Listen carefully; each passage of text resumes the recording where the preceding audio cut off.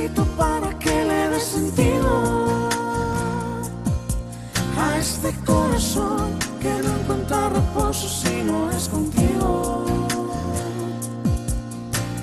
Ven, te necesito para que le dé sentido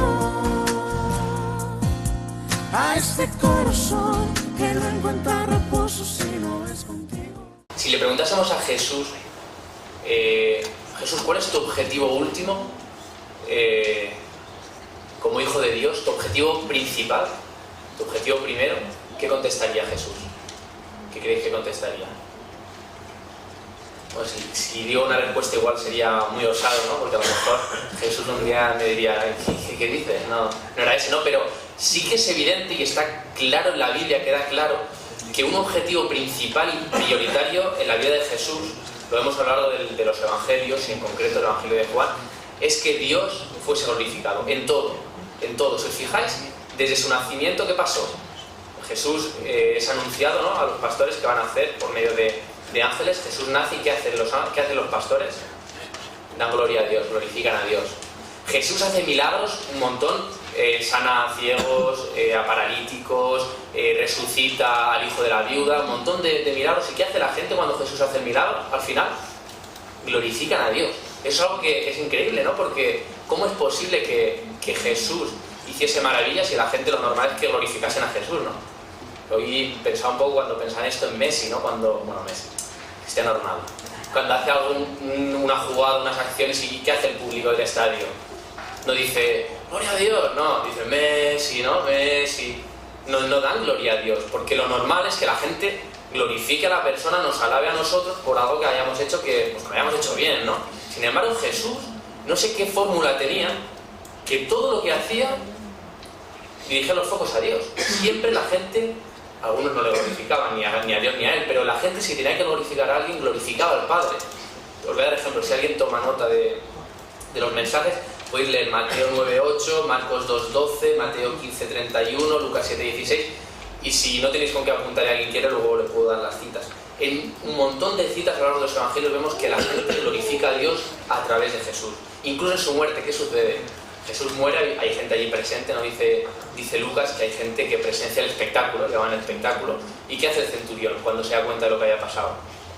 Glorifica a Dios, da gloria a Dios también. O sea que vemos que Jesús concentró sus energías. ¿Cómo lo hizo para que fuese efectivo? No lo sé. Bueno, no es el tema hoy del mensaje. Pero Jesús hizo que la gente, por medio de él, glorificase a Dios. Y si nos fijamos en estos últimos capítulos de Juan, y concretamente entre los capítulos 13 y 17, es lo que se conoce como la última noche de Jesús con sus discípulos, ¿no? Desde el capítulo 13, cuando Jesús le lava los pies a los discípulos, y va avanzando la noche hasta que Jesús pronuncia la oración sacerdotal en Juan 17 y es arrestado, Juan 18. O sea, en estos capítulos de Juan 13 a Juan 17, en los que Jesús comunica a sus discípulos, oye, que me voy. Les dice, me voy, pero tendréis un consolador que vendrá, les anuncia la llegada del Espíritu Santo, hace una oración por ellos al Padre. En todos estos últimos capítulos vemos como Jesús pone su énfasis una vez más en que el Padre sea glorificado. Vamos a ver 4 versículos clave. Juan 13, versículo 31. Juan 13, 31 dice, entonces cuando hubo salido dijo Jesús, ahora es glorificado el Hijo del Hombre y Dios es glorificado en él. Juan 14, 13. Y todo lo que pidierais al Padre en mi nombre lo haré. ¿Para qué? Para que el Padre sea glorificado en el Hijo. Juan 17, 1. La oración sacerdotal. Y estas cosas habló Jesús, y levantando los ojos al cielo dijo, Padre, la hora ha llegado, glorifica a tu Hijo, para que también tu Hijo te glorifique a ti. Sabemos que Jesús sigue centrando su atención en que Dios se lleve la gloria. Y el versículo 4 del capítulo 17 es increíble, porque es como que Jesús está a las puertas de ser arrestado, a las puertas de la muerte, y es como si hiciese balance de su vida ante el Señor, ante el Padre, y le dice, Juan 17, versículo 4, dice, Padre, yo te he glorificado en la tierra, he acabado la obra que me diste que hiciese. Fijaros, el balance de Jesús. Yo te he glorificado en la tierra, pero es decir, por lo tanto he acabado la obra que me diste que hiciese. La obra que Jesús tenía en esta tierra era glorificar al Padre. Y si volvemos a la pregunta que os lanzaba al principio, como creyentes, ¿cuál debe ser nuestro objetivo principal? Aquí tenemos la respuesta: que Dios sea glorificado a través de nuestras vidas. Ahora bien, la pregunta entonces que se nos presenta es: ¿y cómo puede ser Dios glorificado a través de mi vida? Porque sabemos que Jesús dice: yo te he glorificado y he cumplido la obra que tú me habías dado. Sabemos cuál era la obra de Cristo: era vivir en esta vida sin pecado, depender y someterse al Padre hasta morir en la cruz por nosotros. Sabemos cuál era su obra concreta. Pero ¿y nosotros? ¿Cómo podemos glorificar al Padre? ¿A qué estamos llamados? Es la pregunta que nos deberíamos hacer. ¿Cómo puedo yo, con qué medios puedo yo dar gloria al Padre? Pues el texto que nos ha salido el día de esta mañana responde perfectamente a esto. Es el texto de Juan 15, del 1 al 8. Me ha gustado dividirlo en tres partes. Primero vamos a ver cuál es nuestro llamado, a qué estamos llamados. Hemos dicho a glorificar al Padre, sí, pero más concretamente, ¿cómo vamos a responder a este llamado? En segundo lugar, en primer lugar, ¿cuál es mi llamado? En segundo lugar, ¿cómo llevar a cabo mi llamado? ¿Cuáles son las herramientas que tenemos para que llevemos a cabo este llamado que se nos ha encomendado? Y en tercer lugar, ¿cuáles son los beneficios que tenemos de llevar a cabo nuestro llamado? ¿Cuál es mi llamado? Creo que la respuesta la encontramos muy clara en el versículo 8, es el último versículo que se nos ha leído, del capítulo 15. Dice: en esto es glorificado mi Padre. ¿En qué? En que llevéis mucho fruto. Estamos llamados a llevar mucho fruto. Ese es nuestro llamado. Si queremos dar gloria a Dios, si queremos que Dios sea glorificado a través nuestro llamado es llevar mucho fruto. Ahora, ¿qué significa llevar mucho fruto? No voy a saber. La siguiente pregunta. Bueno, para eso Jesús utiliza una alegoría en este texto. Podemos suponer que Jesús estaba primero en el aposento alto con sus discípulos, y cuando se dirige hacia el huerto ya pasa por delante de algún viñedo, probablemente, porque por esa zona dicen que hay viñedos, y probablemente se paró con sus discípulos, podemos imaginarlo así, ante una vid, y les explicó esta alegoría. Y fijaros que es curioso que Jesús empieza diciendo: yo soy la vid, ¿no? Porque en el Antiguo Testamento, y esto lo recordamos hace 3 años, creo que era Ismael, se llamaba la persona que estuvo compartiendo, la vid en el Antiguo Testamento, cuando se hablaba de la vid, se refería al pueblo de Israel, no se refería a Jesús, ni se refería al Mesías venidero. Se hablaba de la vid como del pueblo de Israel. Por ejemplo, Isaías 5, capítulo 5, versículos del 1 a 7. Voy a leerlo.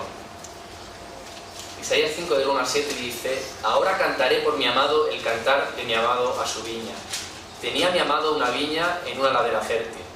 La había cercado y despedregado y plantado de vides escogidas, y había edificado en medio de ella una torre, y hecho también en ella un lagar, y esperaba que diese uvas, y dio uvas silvestres. Ahora pues, vecinos de Jerusalén y varones de Judá, juzgad ahora entre mí y mi viña. ¿Qué más se podía hacer a mi viña que yo no haya hecho en ella? ¿Cómo esperando que diese uvas a uvas silvestres? Os mostraré pues ahora lo que haré yo a mi viña. Le quitaré su vallado y será consumida, aportillaré su cerca y será hollada. Haré que quede desierta, no será podada ni cavada, y crecerán el cardo y los espinos. Y aún las nubes mandaré que no derramen lluvia sobre ella. Ciertamente la viña de Jehová de los ejércitos, aquí lo explica, es la casa de Israel, y los hombres de Judá, planta deliciosa suya. Esperaba juicio, y aquí vileza, justicia, y aquí clamor. Dios compara a la viña, Isaías en este caso, Dios por medio de Isaías, compara a su pueblo a veces con una viña, con un conjunto de vides, o a veces en ocasiones con una vid. Tenemos otros ejemplos: el Salmo 80, el Jeremías 2:21, Ezequiel 15, del 1 al 8, lo mismo que antes, ya os puedo dar las citas más tarde. Se compara siempre al pueblo de Israel con una viña, pero siempre vemos que la situación, cuando se habla del pueblo de Israel, más que decir mira qué viña tiene el Señor, se habla del fracaso, ¿no? En todos estos textos, si os fijáis, si los leéis en casa, se habla del fracaso del pueblo de Dios como viña, como vid. Sin embargo, aquí vemos que Jesús toma ese papel. Es como si hubiese un cambio de roles, ¿no? Ahora ya no es el pueblo, ya no somos nosotros, como decir, quien somos la viña. Ya no somos nosotros quien somos la vid. Ahora es Jesús quien es la vid. Jesús dice: ahora soy yo la vid. Y hay un cambio aquí, porque ya no es en función de a qué pueblo pertenezcas que eres parte de la vid, que formas parte de la vid. Porque antiguamente sabíamos que era el pueblo de Israel quien era la viña, quien era la vid. Pero ahora ya no es así, ahora es Jesús quien es la vid. Ya no es un pueblo el que es la vid. Por lo tanto, nosotros como Pampa, nos lo veremos más tarde, podemos pertenecer a esa vid, pese a no pertenecer a un pueblo. O sea, que vemos un cambio de roles. Un cambio de roles importante. Yo creo que es algo que todos conocemos, pero que es importante que constatemos en la Biblia, que así también lo dicen los evangelios. Y se compara a Jesús, fijaros que es curioso, dice con la vid, pero dice la vid verdadera. Y diciendo esto da a entender que hay vides falsas, ¿no? Porque si no diría, yo soy la vid. Es verdadera, ¿no? ¿Para qué dice verdadera si es verdadera? No, yo soy la vid verdadera. Como diciendo, ojo, hay vides falsas. Y claro, ¿esto cuál sería una vid falsa? En la época sabemos que una vid falsa sería creerse parte del pueblo de Israel. Jesús dice, se ha acabado. O sea, ahora ya no sois vosotros la vid, ahora soy yo. Y el creerse parte de la vid por haber nacido en una nación determinada, en un pueblo determinado, o ser hijo de, se ha acabado. Ahora soy yo la vid y soy la verdadera. Y no solo dice eso, sino que dice la, dando a entender que no hay varias, porque podría haber dicho yo soy una vid verdadera. No, pero dice la vid verdadera, la única vid verdadera. Y claro, esto estaba muy bien porque decimos, claro, en la época pues se podían pensar que como eran judíos, nacidos de casa de judíos y pertenecían al pueblo, pues oye, era fácil que se equivocasen, ¿no? Y se creyesen pertenecer a una vid que era verdadera y sin embargo no era, porque a partir de ahora es Jesús. Pero hoy en día hay vides falsas y hay riesgos de que caigamos y pertenezcamos a vides falsas, que creamos que nos acercan a Dios, que creamos que es el fundamento de nuestra fe y que no lo son. Puedo poner ejemplos muy drásticos y tal, de estar sometidos o dependientes de nuestro trabajo, de temas más carnales, del sexo, por ejemplo. Hay gente que, oye, que está agarrado a ello, ¿no? Sin embargo, hay otras vides falsas mucho más sutiles. Por ejemplo, el pertenecer a una iglesia. Eso nos pasa a veces. Creemos que pertenecemos, estamos agarrados a una iglesia y creemos que eso es lo que nos acerca a Dios. Evidentemente que es un medio para acercarnos a Dios. O un ministerio, el estar dependiente de un ministerio, creer que por eso pertenecemos a la vid y al pueblo de Dios, es un error también. Es un medio para ello, potencia muchas cosas y es necesario. Pero la única vid verdadera no es la iglesia local, no es que yo haya nacido en una familia cristiana, no es que yo esté predicando o lleve la alabanza. La única vid verdadera es Jesús. Y si nos desviamos de eso, mal asunto. En segundo lugar, vemos que Jesús compara al Padre con el labrador. Fijaros, también es curioso, ¿no? Porque es bonita esta alegoría, porque vemos que el labrador al final es quien cuida de la vid, ¿no? Quien se preocupa por ella, quien la riega, quien le da dirección, porque uno sabe, ¿no? Cuando uno planta una planta o un árbol, lo que sea, sabe para qué lo ha hecho y sabe cuál es la dirección que tiene que darle. Qué bonito, ¿no? Pero también el labrador tiene un cuchillo afilado, ya no sé cómo se llama la herramienta que usa para podar, pero poda, ¿eh? Y esto lo vemos en el texto. Jesús no dice solo, mi padre es el labrador que toma cuidado de la vid y que la riega y que la dirección y que todo es amor. Sí, es amor, pero tiene un cuchillo afilado y poda y arranca y tira al fuego. Cuidado con esto, ¿eh? Porque a veces intentamos estas partes delicadas dejarlas a un lado y Jesús nos habla de esto. O sea, que estar bajo el cuidado cariñoso del Padre también significa estar bajo el cuchillo afilado del Padre. Y esto no es algo malo, porque a veces el problema está en que nosotros como creyentes lo interpretamos un poco, ostras, no nos gusta esto de la disciplina, ¿no? Del Padre. Cuando sufrimos, pues, yo qué sé, algún tipo de dificultad, estamos pasando por momentos complicados, y creemos, y posiblemente es así, que que pertenecemos a la viña, ¿no? Que estamos ahí sirviendo al Señor, que estamos haciendo las cosas bien y sin embargo nos toca sufrir. No lo entendemos, ¿no? ¿Qué nos dice Hebreos 12:6? Creo que es un texto muy revelador. Hebreos 12:6, y luego vamos a leer el versículo 11. Hebreos 12:6 dice, porque el Señor al que ama disciplina y azota a todo el que recibe por hijo. Versículo 11, es verdad que ninguna disciplina al presente parece ser causa de gozo, sino de tristeza, pero después da fruto apacible de justicia a los que en ella han sido ejercitados. La disciplina de Dios es necesaria. Quien no es disciplinado por Dios, es todavía peor, porque puede decir, ostras, el que está entre las manos del Señor está bajo su cuchillo también, y el Señor va a ir podando, nos dice el texto, para que demos más fruto. O sea, la finalidad es vemos aquí el proceso de santificación, ¿no? O sea, el Señor quiere que poco a poco vayamos mejorando para que demos un fruto de mayor calidad. Entonces, el no estar bajo la disciplina de Dios, si vosotros veis que todo va bien, que el Señor al final no se ocupa de vosotros, eso es lo que tiene que preocuparnos. Eso es lo que deberíamos decir, ¿qué está pasando aquí? Igual no estoy en la viña. ¿Qué está pasando? Y esto lo digo también porque a veces podemos decir, bueno, la disciplina de Dios que puede venirnos a través de una situación familiar, una enfermedad, tal, pero Dios también ha querido que la disciplina se aplique en la iglesia y se haga por medio de los pastores y ancianos, ¿no? Bueno, y los hermanos nos exhortemos los unos a los otros, pero es algo que debemos aceptar. Sabemos que se debe aplicar, pero también sabemos que debemos aceptar. Si estamos haciendo algo mal y se nos disciplina, debemos aceptarlo, porque el Señor así lo quiere. No se trata de que a veces podemos entenderlo como, estas ahora me están aquí viniendo a decir que yo hago esto mal, que yo hago aquello mal, y pues él también lo hace mal y tal. Es que no se trata de lo que él haga mal, es que se trata de que nosotros tenemos que buscar dar fruto para Dios. Me da igual lo que hagan los demás, nos tiene que dar exactamente igual. Lo que debemos buscar es que Dios se agrade de nosotros y llevar mucho fruto. Y si para ello necesitamos disciplina, aceptémoslo y aceptemos que viene del Señor y que el Señor así lo quiere con nosotros.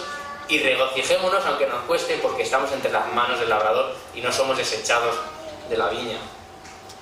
¿Y quiénes somos nosotros en todo esto, ¿no? Como hemos visto, Dios es el labrador, Jesús es la vid. Nosotros somos los pámpanos, nos dice el texto, ¿no? Somos esos tallos jóvenes y verdes de la vid que después del agostamiento empiezan a llevar fruto. ¿Y qué significa llevar fruto al final? Pues estamos hablando de que llevar fruto, hay que llevar fruto. Jesús, el Señor nos va a moldear, nos va a podar, nos va a limpiar para que llevemos más fruto. Pero ¿qué es llevar fruto? Gálatas 5 nos habla del fruto del Espíritu, ¿verdad? Fijaros que dice el fruto, y aquí el texto dice el fruto. A veces, yo recuerdo cuando era pequeño me enseñaba una canción que decía los frutos del Espíritu. Y decíamos amor, gozo, paz. No son frutos, es un fruto que tiene muchas características. Porque si no podríamos decir, sí, yo doy el fruto del amor, de la paz, misericordia, no. No, es un fruto que tiene una multitud de características, como puede ser la uva, tiene un grado de acidez, y si leéis Gálatas 5 dice el fruto del Espíritu, no dice los frutos, el fruto del Espíritu es amor, gozo, paz, paciencia, benignidad, bondad, fe, mansedumbre y templanza. O sea, debemos llevar ese fruto para ser un reflejo, para que nuestra vida refleje que estamos sometidos, que estamos dependientes, que permanecemos a esa vid que es Cristo. Y si fijáis en el texto este en concreto, más adelante Jesús hace hincapié en la parte del fruto que corresponde al amor. Yo os lo dejo para que leáis en casa, del versículo 8 hasta el versículo 17, Jesús habla del amor, del fruto, de la parte del fruto, la característica que es el amor. Entonces debemos llevar fruto. ¿Y qué pasa si no llevamos fruto? Porque dice el texto algo muy fuerte. Dice, todo pámpano que en mí no lleva fruto, lo quitará. ¿Qué más dice?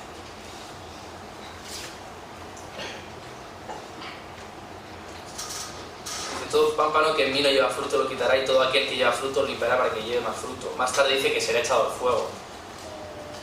Es un texto duro, ¿eh? Lo quitará, será echado al fuego. ¿A quién quitará? ¿A quién quitará el Señor? Cuando dice esto. Aquí vemos dos tipos de personas. Dice, todo pámpano que en mí no lleva fruto, pues aquellos que llevan fruto, pero que no es en Jesús. Es un tipo de posibilidad, ¿no? Hay personas que pueden llevar un fruto, pero no es el fruto deseado en él. Podríamos decirlo de otra manera. Toda la gente que lleva un fruto, pero que no es en mí, esa gente la quitará. Vamos a leer Mateo 7, del 15 al 20, porque explica perfectamente quién son este tipo de personas. Mateo 7, del 15 al 20.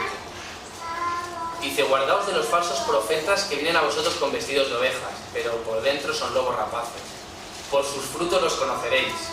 ¿Acaso se recogen uvas de los espinos o higos de los abrojos? Así todo buen árbol da buenos frutos, pero el árbol malo da malos frutos. Fijaros, no dice no da frutos, dice da malos frutos, da frutos también. Es que no son los frutos que Jesús espera. Dice, no puede el árbol dar malos frutos, el buen árbol, perdón, dar malos frutos, ni el árbol malo dar frutos buenos. Todo árbol que no da buen fruto es cortado y echado en el fuego. Claro, es que repite la misma expresión. Así que por sus frutos los conoceréis. O sea, que hay personas que dan fruto Pero ojo, analicemos esos frutos conforme a lo que Dios espera, a Jesús espera de nosotros, y vemos en Gálatas 5 qué frutos están dando. Y la segunda posibilidad es que haya personas que crean estar en Cristo, pero que no dan fruto. Pero creen estar en Cristo, que dan un fruto que no es el deseado, pero que creen pertenecer a la vid, ¿no? Vamos a leer Mateo 3, del 7 al 10. Se nos explica quiénes son estas personas. Dice: al ver él que muchos de los fariseos y de los saduceos venían a su bautismo, les decía: generación de víboras, ¿quién os enseñó a huir de la ira venidera? Haced pues frutos dignos de arrepentimiento, y no penséis decir dentro de vosotros mismos, a eso nos referimos, a Abraham tenemos por padre, porque yo os digo que Dios puede levantar hijos de Abraham aún de estas piedras. O sea, que no por creernos que pertenecemos a la iglesia de Cristo y que somos creyentes, podemos decir ya que llevamos buenos frutos.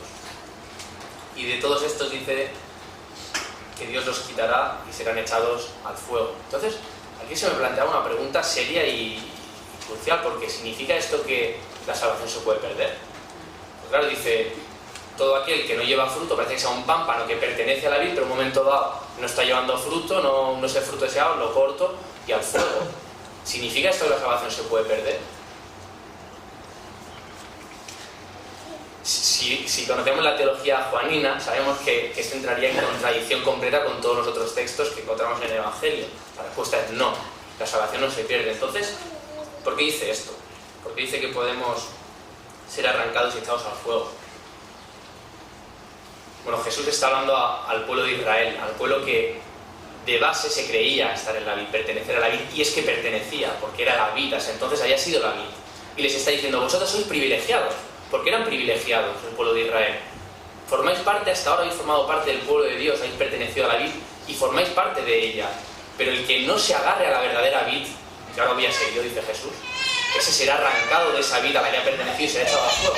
Es un caso concreto y claramente dedicado a los judíos. Si cogemos Romanos 11, se nos habla del caso del olivo, ¿no? Se nos habla del olivo. Las ramas que serán arrancadas, se nos dice, y otras que serán injertadas, refiriéndose a nosotros los gentiles, bueno, a los que no pertenecemos al pueblo de Israel por nacimiento.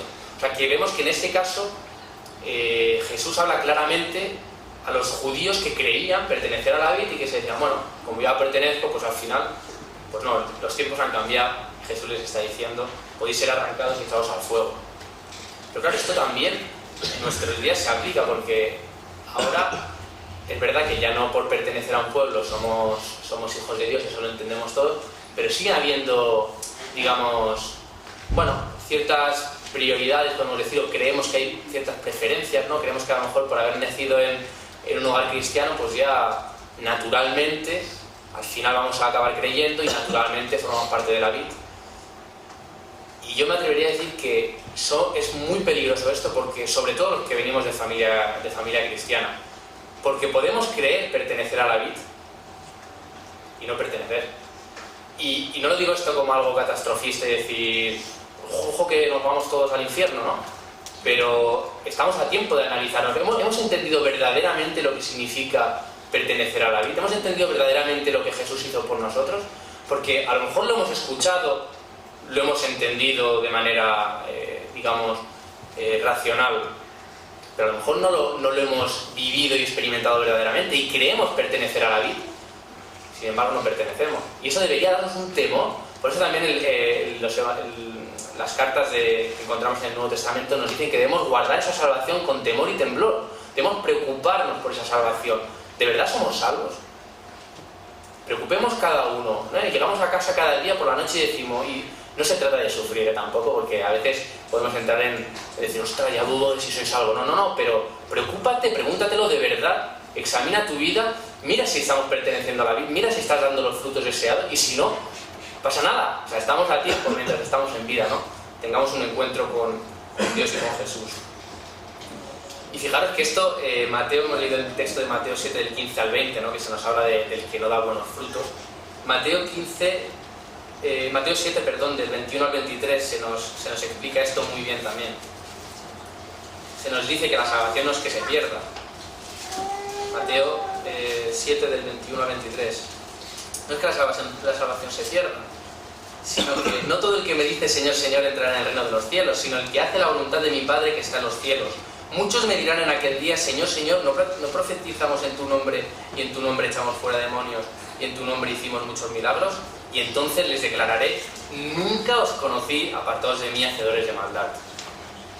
¿Qué texto más duro, ¿no? O sea, porque muchos creeremos en ese día decir, pero si lo que decíamos antes, pues yo he ido a la iglesia todos los domingos, pero si yo vengo de un hogar cristiano, pero si yo con 12, 13, 14, 20, es igual, yo te acepté, me levanté la mano y dije sí. Y el Señor dice, no es que pierdas tu salvación, es que nunca la tuviste. Dice, nunca os conocí apartados de mí, hacedores de maldad.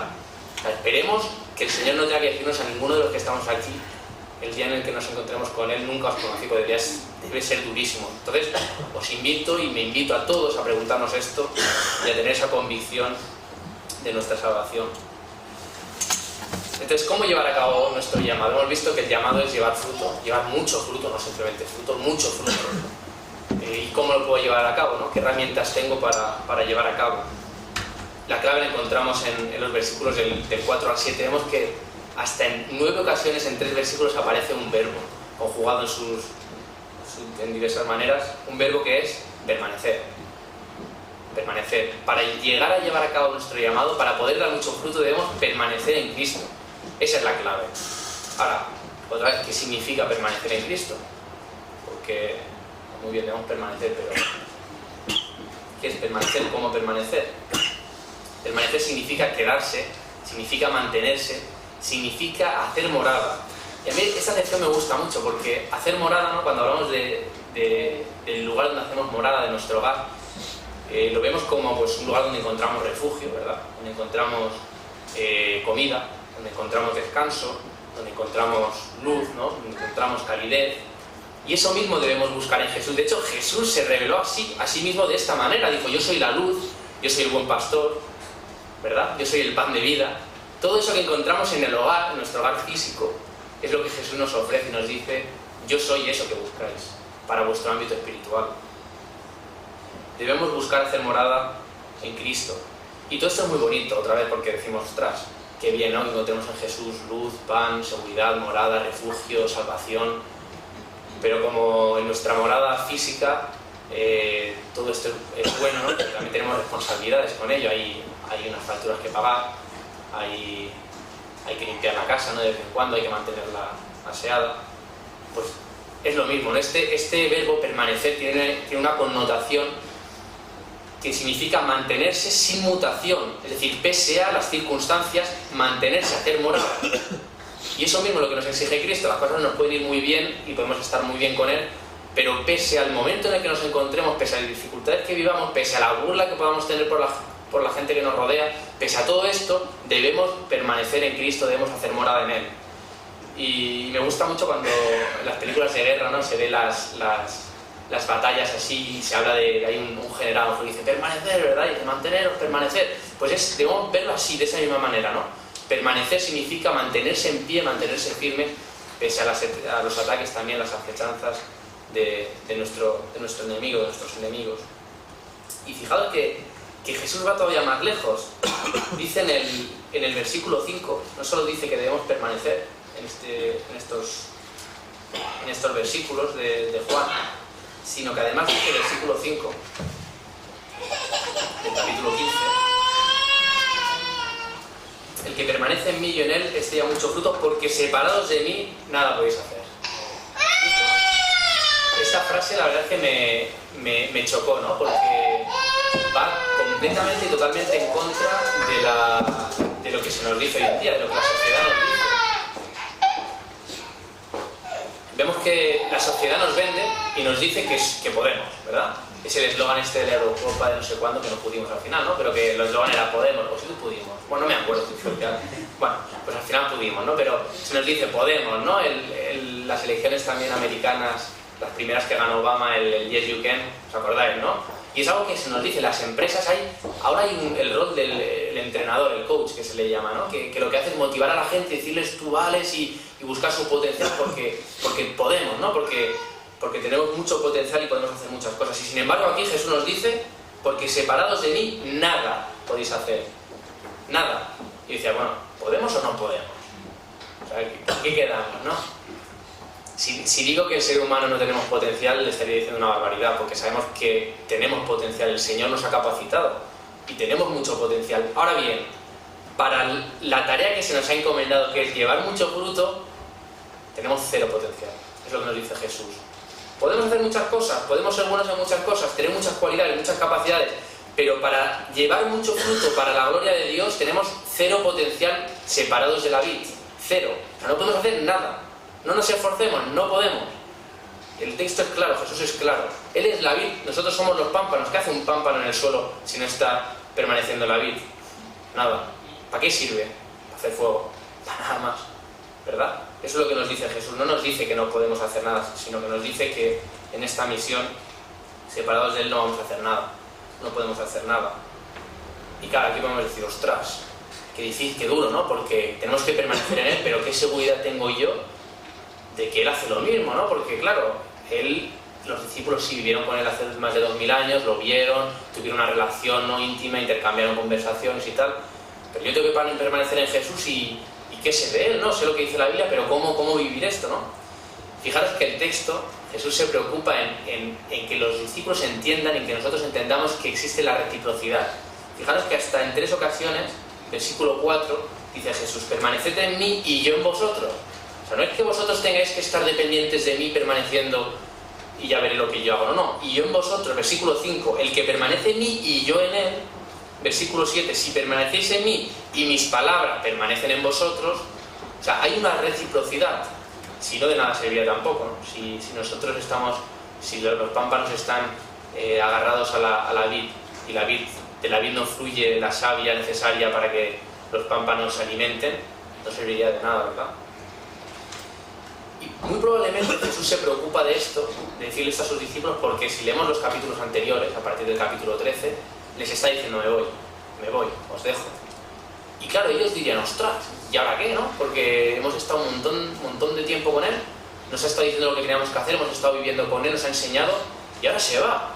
¿Y ahora qué, no? Y encima nos dice permanecer en mí, pero ¿cómo vamos a permanecer si te vas? ¿Cómo cuadra esto, no? Y Jesús les dice, no os preocupéis, yo voy a permanecer en vosotros. Y Jesús nos dice hoy también, permaneced en mí, pero que sepáis que yo permanezco en vosotros. Entonces la pregunta es, ¿cómo permanece Jesús en nosotros? Capítulo 14, justo el capítulo anterior, no es casualidad, Jesús les dice, yo os envío un consolador, ¿verdad? Dice, yo me voy, pero vais a recibir un consolador, que es ¿quién? El Espíritu Santo, ¿no? El Espíritu Santo. O sea, que Jesús se fue, pero el Espíritu Santo hace que Dios, Jesús, permanezca en nosotros a través de este Espíritu Santo que Él nos deja. Pero no solo eso lo encontramos en Juan 14, 16. No solo eso, sino que además tenemos la palabra de Jesús. O sea, Jesús permanece en nosotros a través de su palabra, si queremos que sea así, ¿no? Nos dejó su palabra, y esto lo vemos en el versículo 7, dice, si permanecéis en mí y mis palabras permanecen en vosotros. Eso lo tenemos las palabras de Jesús. O sea, tenemos los elementos necesarios para saber y confiar en que Jesús permanece en nosotros. Entonces, tercer punto, porque hemos visto ya cuál es nuestro llamado, llevar mucho fruto, cómo llevar a cabo nuestro llamado, permaneciendo en Cristo, sabiendo que tenemos esta reciprocidad por su parte y que separados de Él no podemos hacer nada. Tercer punto, ¿cuáles son los beneficios de llevar a cabo nuestro llamado? ¿Sirve para algo al final? Porque haya mucho fruto, ¿y para qué? No, podríamos decir. Bueno, en el texto encontramos, en los versículos 7 y 8, encontramos dos beneficios muy claros, muy claros. Versículo 7 dice, si permanecéis en mí, mis palabras permanecen en vosotros, pedid todo lo que queréis y os será hecho. Vaya promesa, ¿eh? Yo cuando leía decía, yo estoy haciendo algo mal, porque yo todo lo que pido no me habéis hecho, no sé vosotros. Pedid todo lo que queráis y os será hecho. Qué cosa, ¿eh? Yo incluso me pregunté, dije, ostras, igual Jesús dio esta promesa a sus discípulos en este momento dado, pues porque bueno, ellos iban a tener que fundar las primeras iglesias, iban a tener muchas más dificultades que nosotros, pues oye, a lo mejor es una promesa que beneficiaban ellos y no nosotros, ¿no? Podría ser. Pero leyendo estos 4 capítulos de Juan, te das cuenta de que no es así. Fijaros que Juan 14:13, bueno, muchísimos versículos repite y Jesús hace hincapié en esto, y no solo eso, sino que todas las promesas que vemos en estos capítulos son aplicables a nosotros. Promete el Espíritu Santo, también es aplicable a nosotros. ¿Por qué no iba a serlo esta? Y fijaros que Jesús hace especial hincapié en esta promesa. Juan 14:13. Y esto antes de irse, Juan 14:13. Y todo lo que pidierais al Padre en mi nombre lo haré para que el Padre sea glorificado en el Hijo. Juan 14:14. Si algo pidierais en mi nombre, yo lo haré. Juan 15:7. Si permanecéis en mí, mis palabras permanecen en vosotros, pedid todo lo que queréis, os será hecho. Juan 15:16. Para que todo lo que pidierais al Padre en mi nombre, Él os lo dé. ¿Me sabéis? Juan 16, 23, 24. De cierto os digo que todo cuanto pidierais al Padre en mi nombre, os lo dará. Hasta ahora nada habéis pedido en mi nombre. Pedid y recibiréis para que vuestro gozo sea cumplido. O sea que Jesús lo repite una y otra vez. Pedid lo que queráis y todo lo que pidáis os será hecho. ¿Qué está pasando? ¿Por qué pedimos y todo lo que pedimos no nos es hecho? Si alguien de aquí es así, oye, que luego me lo diga. Pero no es mi caso. ¿Por qué? Y yo creo que no es el caso de la mayoría. ¿Por qué todo lo que pedimos no lo recibimos? Es importante darse cuenta que hay por lo menos dos condicionales. Uno lo encontramos en Juan, en estos textos que hemos leído, en Juan 14:13, 14:14, 15:16, 16:23. En la mayoría de los textos dice: pedid al Padre en mi nombre. Primer condicional. Pedid en el nombre de Jesús. Segundo condicional, en Juan 15:7, dice: si permanecéis en mí y mi palabra permanece en vosotros, entonces pedid lo que queráis al Padre y os lo dará. ¿Qué significa esto? ¿Qué significa que tenemos que pedir en el nombre de Jesús para que el Padre nos dé entonces todo lo que queremos? Y otra es la misma pregunta, es que yo cuando hablo al final digo en el nombre de Jesús y no lo recibo todo. ¿Qué está pasando? ¿Qué significa esto? ¿Acaso tenemos que pedir en el nombre de Jesús porque es Jesús quien tiene que rogar por nosotros al Padre? Pregunta trampa. ¿Es Jesús quien intercede por nosotros y quien ruega por nosotros al Padre? Sí y no. ¿Por qué digo sí y no? Sabemos que Jesús es nuestro abogado, no es nuestro intercesor ante el Padre. Nos dice la primera carta de Juan 2:1, abogado tenemos ante el Padre. Sabemos además que el Espíritu Santo también ruega por nosotros, ora por nosotros, intercede por nosotros. Romanos 8 dice con súplicas, ¿no? y lamentos. Y sabemos que también que nosotros mismos podemos orar al Padre y que el Padre nos escucha porque somos sus hijos y porque Jesús nos ama. Y fijaros que Jesús nos lo dice esto en Juan 16, cuando estaba dando estas promesas. Juan 16, 26, 27, si lo buscáis, Juan 16, 26 y 27, Jesús dice: en aquel día pediréis en mi nombre, y no os digo que yo rogaré al Padre por vosotros, pues el Padre mismo os ama porque vosotros me habéis amado y habéis creído que yo soy de Dios. O sea, podemos pedir al Padre y Él nos escucha también. El Padre nos escucha. Dice: yo no os digo que yo rogaré al Padre por vosotros, pues el Padre mismo os ama porque vosotros me habéis amado. Entonces, nuevamente, ¿por qué pedir en el nombre de Jesús si el Padre nos escucha? Cuando pedimos en el nombre de Jesús, lo que estamos haciendo es hacer a Jesús partícipe de nuestra oración. O sea, si yo qué sé, llamo a una tienda y pido una lavadora y digo que a nombre de tal, es porque esa persona lo quiere, ¿no? No voy a decir: oye, una lavadora a nombre de fulanito, y que luego venga y diga: ¿pero qué dices? Si yo no... Cuando oramos en el nombre de Jesús, estamos haciendo a Jesús partícipe de nuestra oración. Por lo tanto, estamos diciendo que eso que estamos pidiendo es voluntad de Jesús también, es voluntad de Cristo. Y sabemos que la voluntad de Cristo es voluntad de Dios, ¿no? Porque Jesús es Dios mismo. La voluntad de Dios, Jesús dice: la voluntad del Padre es mi voluntad. Por lo tanto, la voluntad de Cristo es voluntad de Dios. Por lo tanto, si pedimos conforme a la voluntad de Dios, ¿cómo no nos lo va a dar? Todo lo que pidamos. Si es su voluntad. Si la voluntad de Dios es que su voluntad se echa en nosotros. Si pedimos conforme a su voluntad, claro que nos lo va a dar. O sea que cuidado cómo usamos el nombre de Cristo, el nombre de Jesús en nuestras oraciones. Porque muchas veces lo hacemos de carrerilla, ¿no? Yo creo que nos pasa de manera natural. Pedimos lo que queremos nosotros y lo decimos en el nombre de Jesús, amén. Y nos quedamos tan anchos, ¿no? Cuidado cómo usamos el nombre de Jesús para pedir al Padre. Y si luego la promesa que nos da Cristo no se cumple, pensemos por qué, ¿no? Y no solo eso, sino que dice el segundo condicional es: si permanecéis en mí, mi palabra permanece en vosotros. Debemos permanecer en Cristo, tener una relación fuerte, estrecha y de dependencia. para que esta promesa se cumpla en nosotros. Y no solo eso, sino que no solo vemos que hay condicionales, sino que vemos que tiene un propósito esta promesa.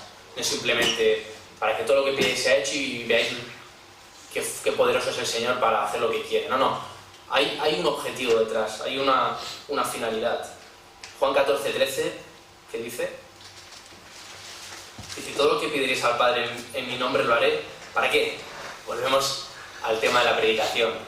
Para que el Padre sea glorificado en el Hijo. O sea, cuando el Padre nos revela su voluntad y nos concede lo que le pedimos, nos lo concede, no es para nosotros. O sea, no es para que nosotros digamos, qué bien el Señor me ha dado esto. No. Es para que la gloria le vuelva al Señor. La gloria le vuelva al Padre. Dice, para que el Padre sea glorificado a través de ¿quién? Del Hijo, ¿no? A través de Jesús. Y el segundo objetivo dice, versículo 23-24 del capítulo 16, para que vuestro gozo sea cumplido, ¿no? Juan 16, 23, 24. Dice, hasta ahora nada habéis pedido en mi nombre, pedid y recibiréis para que vuestro gozo sea cumplido.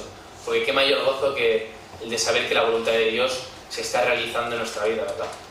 O sea, que pensemos esto, cuando pidamos en el nombre de Jesús, tengamos claro que es voluntad del Señor lo que estamos pidiendo y por qué lo hacemos, ¿no? Para que la gloria sea para Dios nuevamente y para que disfrutemos y gocemos de ver cumplida la voluntad de Dios que es perfecta en nuestras vidas.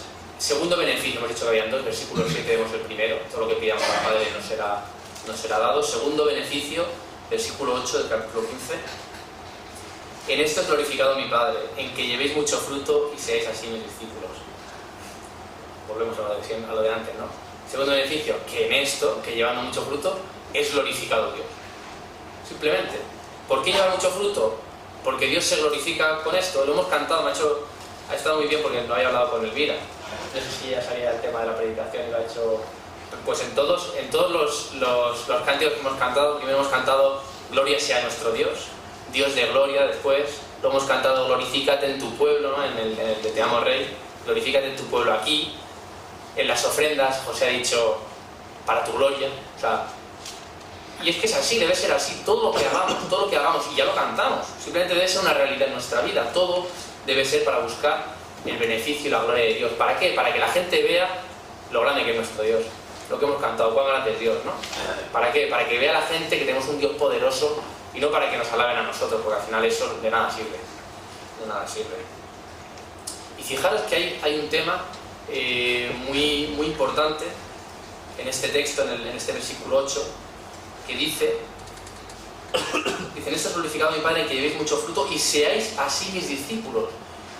Y digo que es importante porque a veces creemos que el ser discípulo de Cristo es una decisión, ¿verdad? Yo decido seguir a Cristo y decido ser discípulo. Y es una decisión pues, que se toma pues dando un testimonio público, ¿no? Bajando las aguas del bautismo. Y no es así. Este texto no dice que sea una decisión el ser discípulo, dice que es una consecuencia, no es una causa. Dice, en este es glorificado mi Padre, en que llevéis mucho fruto y seáis así mis discípulos. No dice, en que seáis mis discípulos y llevéis así mucho fruto. No. El discípulo de Cristo es aquel que lleva mucho fruto y por lo tanto es discípulo de Cristo. No porque yo diga soy discípulo de Cristo, soy discípulo de Cristo. No sé si me seguís, os lo digo un poco, ¿sí? Es decir, el ser discípulo de Cristo es una consecuencia de llevar mucho fruto. No es lo contrario, no es que vayamos a llevar mucho fruto porque digamos ser discípulos de Cristo. Y vuelvo a lo de antes, cuidado porque al final creemos que nuestra salvación podemos evaluarla en función de lo que yo he confesado, de lo que yo confieso ser.